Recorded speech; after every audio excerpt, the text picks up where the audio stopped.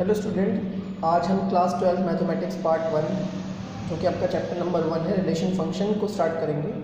आज के सेशन में हम क्लास 11th के जो टॉपिक्स हैं उनको थोड़ा सा रिवाइज करेंगे, क्योंकि ये कहीं ना कहीं हमारी हेल्प करेंगे आगे आने वाले जो टॉपिक्स हैं उनको समझने में। जैसे कार्टेशियन और प्रोडक्ट ऑफ सेट्स हम पढ़ेंगे, आज रिलेशंस पढ़ेंगे हम क्या होते हैं, रिलेशन ऑन अ सेट का मतलब क्या होता है और इन्वर्स ऑफ अ रिलेशन पे क्या होते हैं। तो ये सारी चीज़ें हम यहाँ पे आज डिस्कस करेंगे।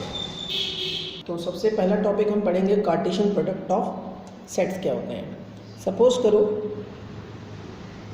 कि हमें एक सेट दे रखा है, set A 1, 2 and 3 and B एक सेट दे रखा है x, y, ठीक है।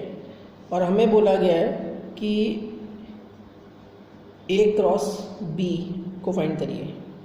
तो हम लोग क्लास 11 पे कैसे करते थे, देखो कि जो सेट पहले है उसके एलिमेंट पहले ही आएंगे, है ना।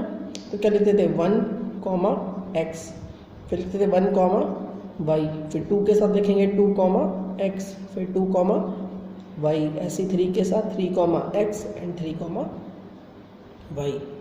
सिमिलरली अगर हमें बोला जाए कि b इंटू a निकालो, तो देखो स्टूडेंट यहाँ पे b पहले आ चुका है, तो यहाँ पे b के एलिमेंट पहले आएंगे। तो यहाँ पे क्या आएगा x, 1, x, 2, x, 3, फिर आएगा y, 1, y, 2 and y, 3।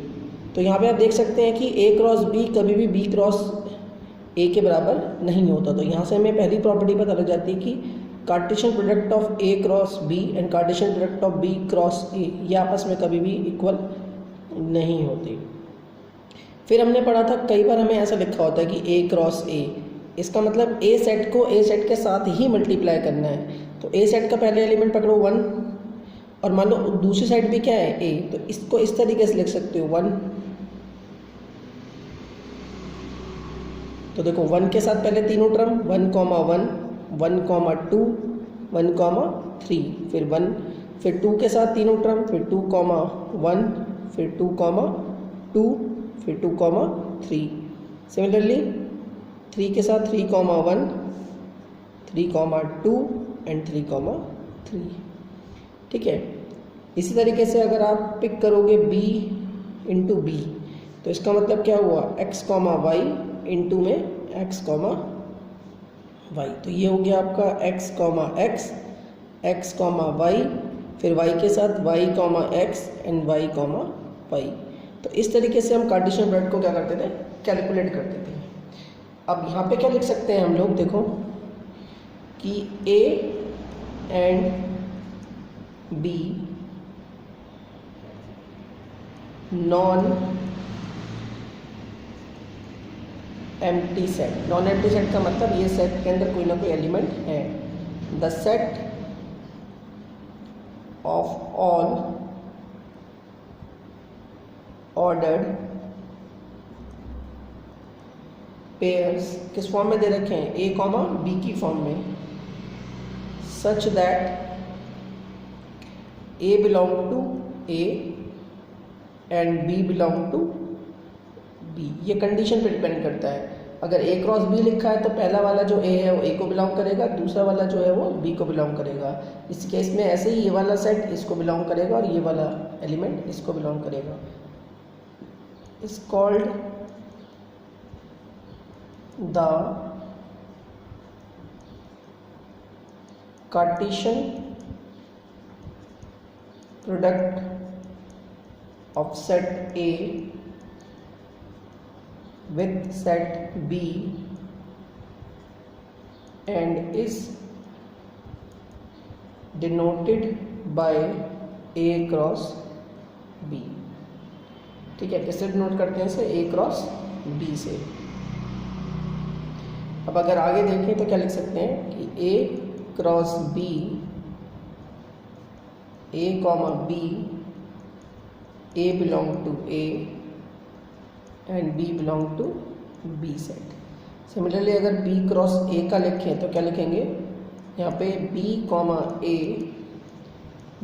B belong to B and A belong to A। ठीक है, अब बात क्लियर हो गई होगी यहाँ पे। इफ़ A क्रॉस B क्या आ जाए आपका एम्प्टी, तो इसका मतलब आपका A सेट भी एम्प्टी है और आपका B सेट भी क्या है, एम्प्टी है। तो इस तरीके से हमने पढ़ा था कार्टेशियन प्रोडक्ट आपका।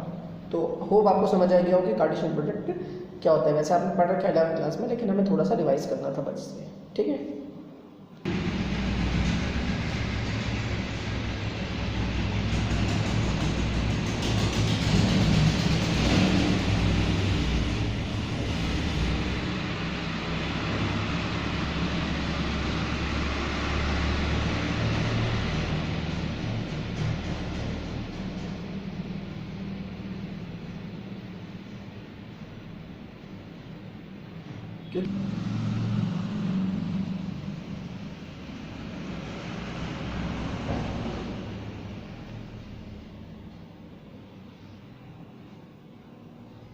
क्योंकि रिलेशन के अंदर कंडीशन कब तक वर्किंग करेगी, जब तक वो ट्रू होगी। तो देखो यहाँ पे क्या करना है आपको, हमें पता है कि सचिन क्या खेलता है, क्रिकेट, सानिया क्या खेलती है, टेनिस, और विश्वनाथ आनंद क्या खेलते हैं, चेस। तो आपको क्या करना है, यहाँ पे रिलेशन में कितने सेट आएंगे आपके पास, सचिन के साथ क्या आएगा, क्रिकेट, सानिया के साथ क्या आएगा, टेनिस, और विश्वनाथ आनंद के साथ क्या आएगा आपका, चेस। क्या आएगा, चेस। तो आप देख सकते हैं कि सारे के सारे एलिमेंट यहाँ पे नहीं आए। इसका मतलब क्या हुआ कि R क्या है, सबसेट है किसका, A क्रॉस B का, है ना। क्योंकि R के जितने एलिमेंट हैं वो A क्रॉस B के पास ऑलरेडी हैं, तो इसका मतलब R क्या है, subset of A cross B। और मैंने क्या बोला था कि R इज अ रिलेशन, बोल सकते हो, फ्रॉम A टू B, ठीक है। और कंडीशंस क्या हो सकती हैं कि if A and B are finite set consisting of M and N elements respectively, then A cross B has, अब देखो A सेट के पास क्या है, M एलिमेंट, B सेट के पास क्या है, N एलिमेंट। तो A क्रॉस B के एलिमेंट कैसे निकालोगे, Mn ऑर्डर, क्या बनेंगे, Mn ऑर्डर पेयर्स, ठीक है। ऑर्डर पेयर्स कितने बनेंगे, Mn का मतलब देखो यहाँ पे 3 थे, यहाँ पे 3 थे, टोटल कितने बने, काउंट करो 9। तो Mn ऑर्डर बने ना यहाँ पे। तो इसी तरीके से, लेकिन एक और कंडीशन है जो मेन इंपॉर्टेंट है, total number of relation from A to B is 2m की पावर n, ठीक है। तो ये है आपका रिलेशन का पार्ट।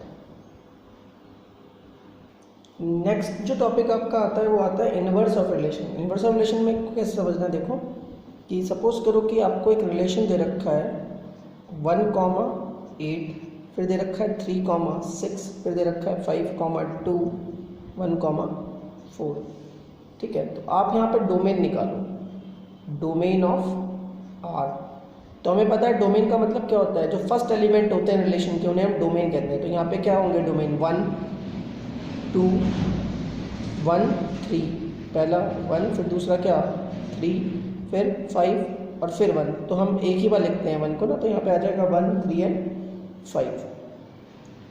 फिर रेंज निकालो, रेंज ऑफ R का मतलब क्या हुआ, सेकेंड एलिमेंट जो भी होंगे आपके रिलेशन में वो क्या होंगे आपके रेंज। तो यहाँ पे क्या आ जाएगा 2 4 6 8, ठीक है।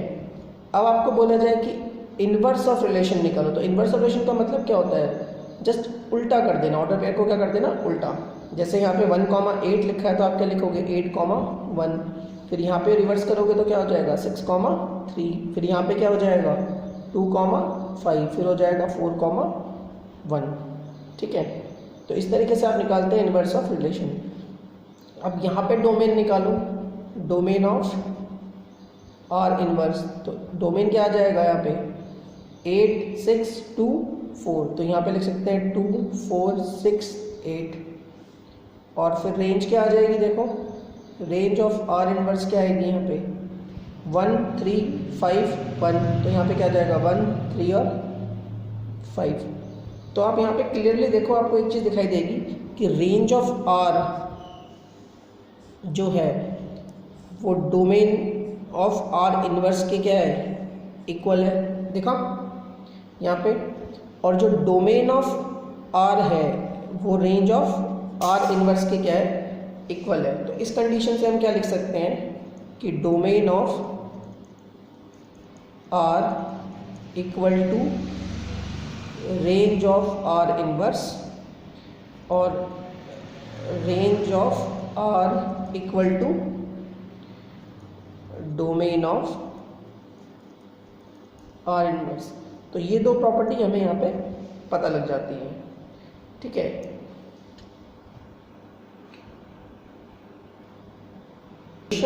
रिलेशन ऑन अ सेट ए का मतलब क्या होता है, सेट ए लिख लो, सेट बी लिख लो, कुछ भी लिख लो। जैसे मान लो let A be a non void set है आपका, then relation from A to itself, बहुत ध्यान से पढ़ना, ए टू इटसेल्फ। मान लो रिलेशन ऑन अ सेट आ गया और आपको सेट ए दे रखा है, तो relation on a set question में लिखा हुआ आता है कब, तो उस वर्ड का, इस लाइन का जो मतलब है रिलेशन ऑन अ सेट का मतलब होता है ए क्रॉस ए, ठीक है। A to itself, a subset of A cross A is called